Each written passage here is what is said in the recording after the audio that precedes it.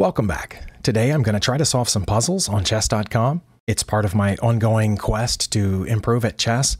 If you're new to my channel, I'm not a titled player or a chess coach. I'm not an expert of any kind. I'm just a random person trying to improve at this historical and incredibly complicated game. I have pulled up the puzzle page here. I am going to try to follow my checklist. I'm going to look for checks. I'm going to look for captures. I'm going to look for threats. And when it's appropriate, I'm going to look to see if my opponent has me in danger, because that might affect my decision on which move to choose. I don't think any further introduction is needed, so let's just go. I am playing with the black pieces, and I'm in check.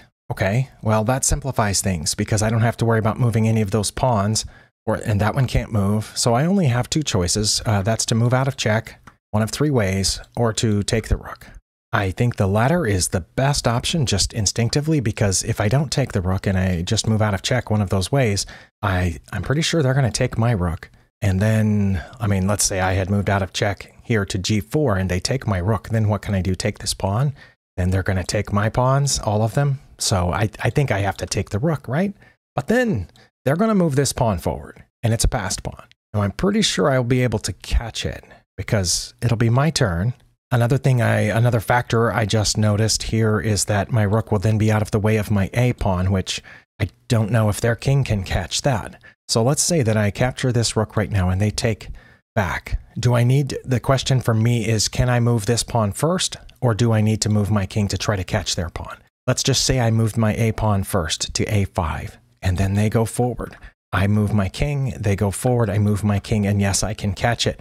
And from A5, their king cannot capture or cannot catch my pawn. I'm pretty sure that's how this is going to go. So I'm going to take the rook. Okay, that was right. And now just to be sure, I'm going to count it again. If I play A5 and they move this pawn, I move my king, and they move this pawn, and I move my king. If they promote, I'll capture it. But if I move my king first, then they don't have any reason to move this pawn, because I'll just go here and then I'll capture it. So if I move my king first, they're not going to move that pawn. I think they're going to move their king. And then when I play A5, can they catch it then? Yes, they can. Okay, so I have to play A5 now. Nothing else makes sense. This pawn can't go anywhere. If I play my B pawn, I mean, they could take it or ignore it. They could bring their king, and then their king is closer because this pawn is closer to their king. So I think I have to play A5 now and then catch their pawn.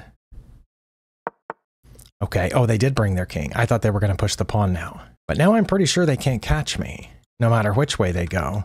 Sorry, I got my colors mixed up, but okay. Now their king is close enough to protect this pawn. I didn't realize the puzzle would go this far. Now if they play here, I can't bring my king to stop this pawn.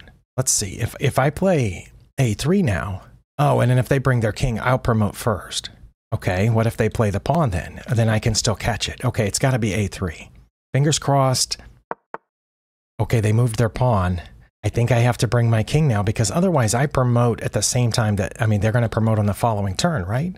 And I'll be in check when they promote, and they won't be in check when I promote. So I have to bring my king now. Oh, I'm pretty sure. Oh, wow, it's one of those, but it's got to be the king move, right? Okay, then it's got to be the king move again. Otherwise, again, they're going to promote, and I'm going to be in check. They promoted to a rook, so I think I have to take it. Wow, that was a lot of moves. That was a lot of moves. Okay, and bear with me just a second while I write down the number of that puzzle. I'm not going to complain about it, but as we know, chess.com is not going to put this one in my archive or count those 5 points. So let me write down the number there, so I'll be able to link to this in my description. 1127736. Okay. Just an ongoing glitch. If you haven't been around or following my puzzle videos for some time, chess.com has this weird bug where it won't count the first puzzle. It'll say the 5 points there, but on my next puzzle, you'll see that the points, even though it says +5 again, it'll still be this total here. And for some reason, this one won't be listed in my archives, which is where I go to get the links to put in the description. All the links to these puzzles will be in the description of this video for those of you who like to try to solve them on your own or take a look at the analysis, etc. Let's go to the next one. Another endgame puzzle, but this time, at least I assume this is called an endgame. Some people don't call it an endgame if there's queens still on the board, but some people do. And so me as a learner, I get confused by that. But I think this qualifies by most definitions as an endgame because most of the pieces are gone. but it's a queen and rook endgame. Okay, I'm not in check, which is one thing to consider here, and I do have checks. I have, obviously, this check, but I think that fails, and I think it's best if my rook is just cutting off those squares, because I have a check down here on A8. I am playing with the white pieces, right? Yes, okay. Sometimes I've wasted several minutes calculating moves for the wrong color. That's why I stopped to check. I'm glad it says it up at the top of the board, unlike in some puzzle books I have seen. Okay, I think from A8, that's mate, and they would just have to block me, and then I'll take it, right? There's nothing else they can do. Once they're in check, they can't get out of check. They'll have to block it. This one seems cut and dried, but I feel like I'm missing something, and I hope not. But I'm going to play queen to A8 check. Oh, it just stopped there.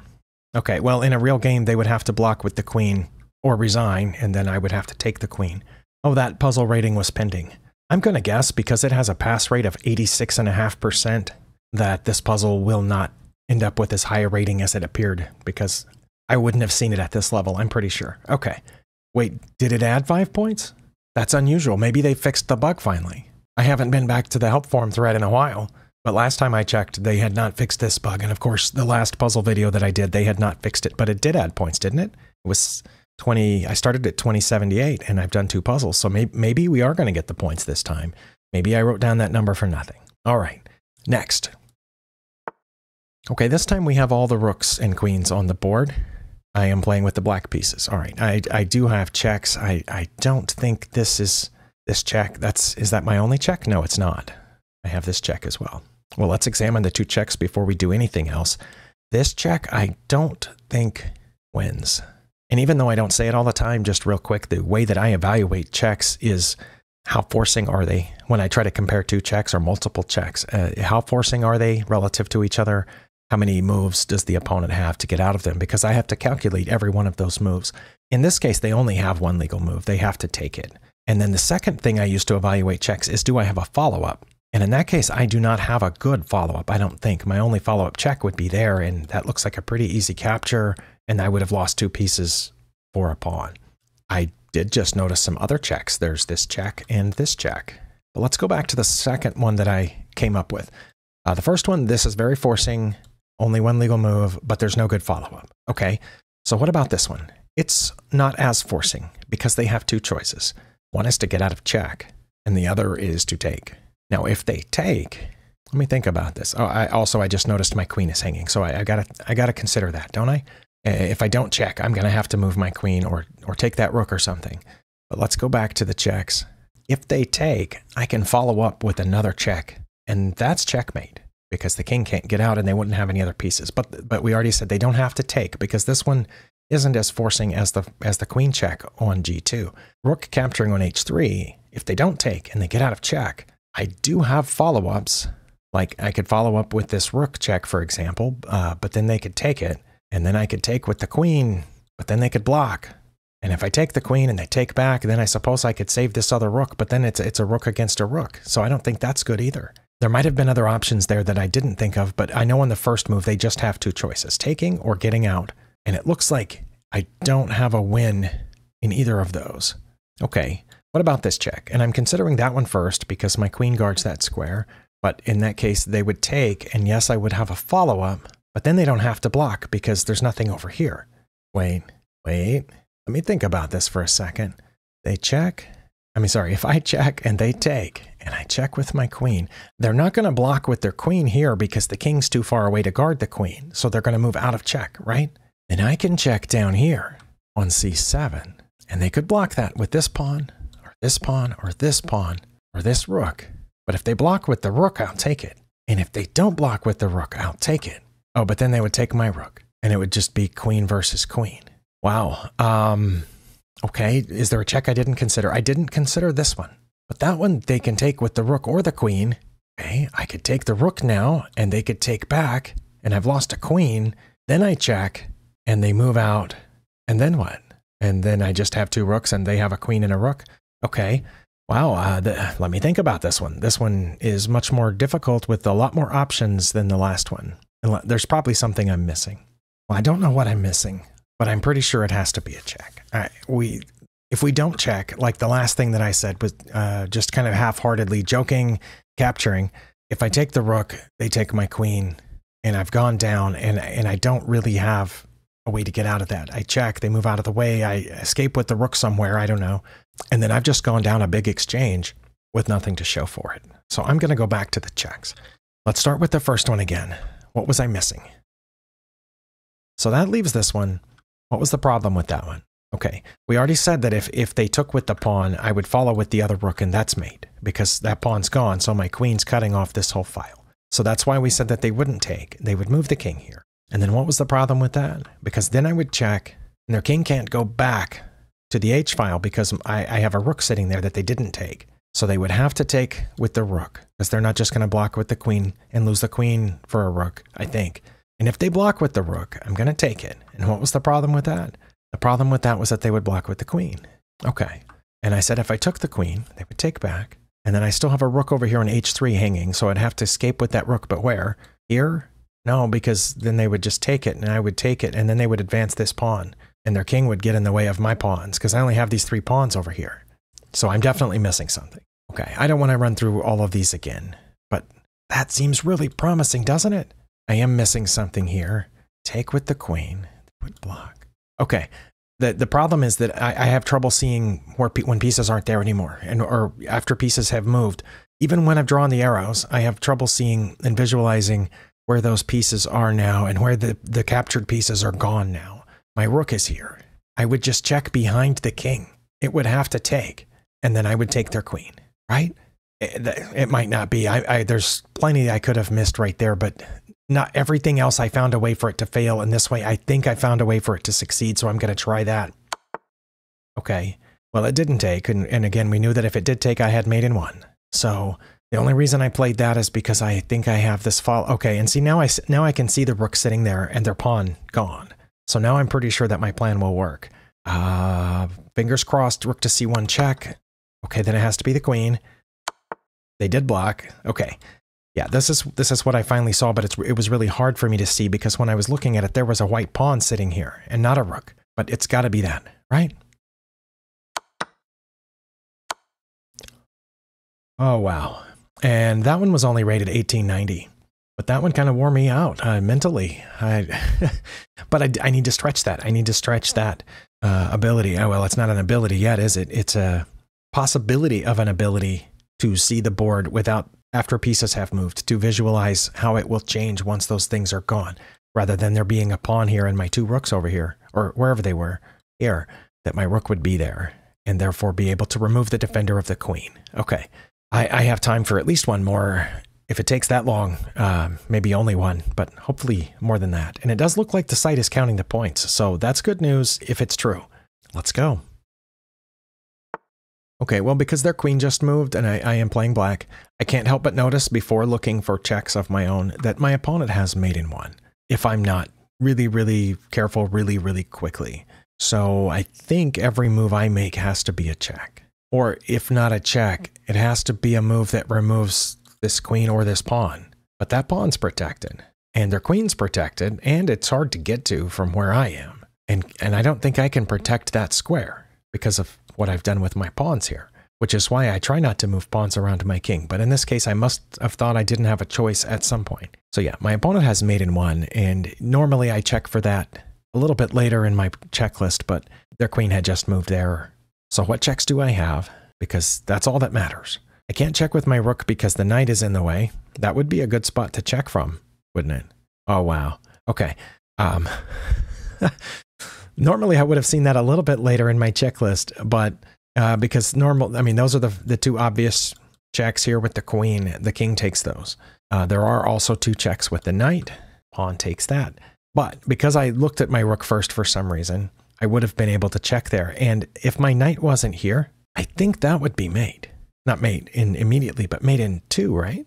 But can we just assume for a second that I don't have a knight here? I think what I would then play is rook to e2 check. And they would have 2 legal moves. One would be to block with the rook, and one would be to move the king out of check. But the king can't go here because of my queen, so it would have to go there, and then that would be mate. Now, if I played this check and they did block with the rook, I could just take it. The king would have to go there, and that would be mate. Okay, so since I accidentally saw that first, let's think about moving this knight in a way that's check. Because if we move the knight in a way that's not check, they win now. I don't want them to win, and also I don't want to fail the puzzle. So let's move the knight in a way that's check. And again, I'm considering this because I think the rook down there would lead to a quick mate. So the knight has to get out of the way first, but it has to be a check. So those two checks are the only two that the knight can deliver at this point. And if indeed my rook queen to the corner plan is sound, that means that one of these two knight checks is worse than the other one, or one is better than the other one. Otherwise it wouldn't be a puzzle, right? Or there's something else besides moving the knight that I haven't considered yet, like a queen sacrifice. It might be that. I don't know. Should I consider that first? No, let's keep going with this knight plan. If I go here, I think that's a problem because then my queen can't get down there for the mate.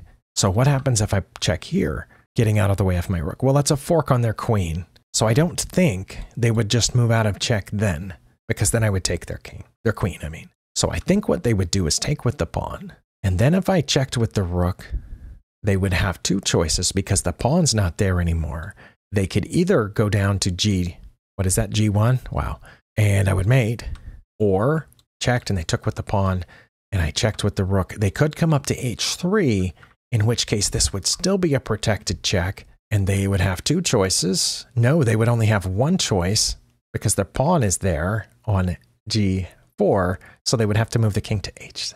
And then I would check on H2 and then they would have to get out of the way, but they would be protecting their queen. But I would take it and then they would have their king here and then I would take their bishop with my rook and we would be even. So I don't have a mate then, right? Because the pawn gets out of the way and the king can escape.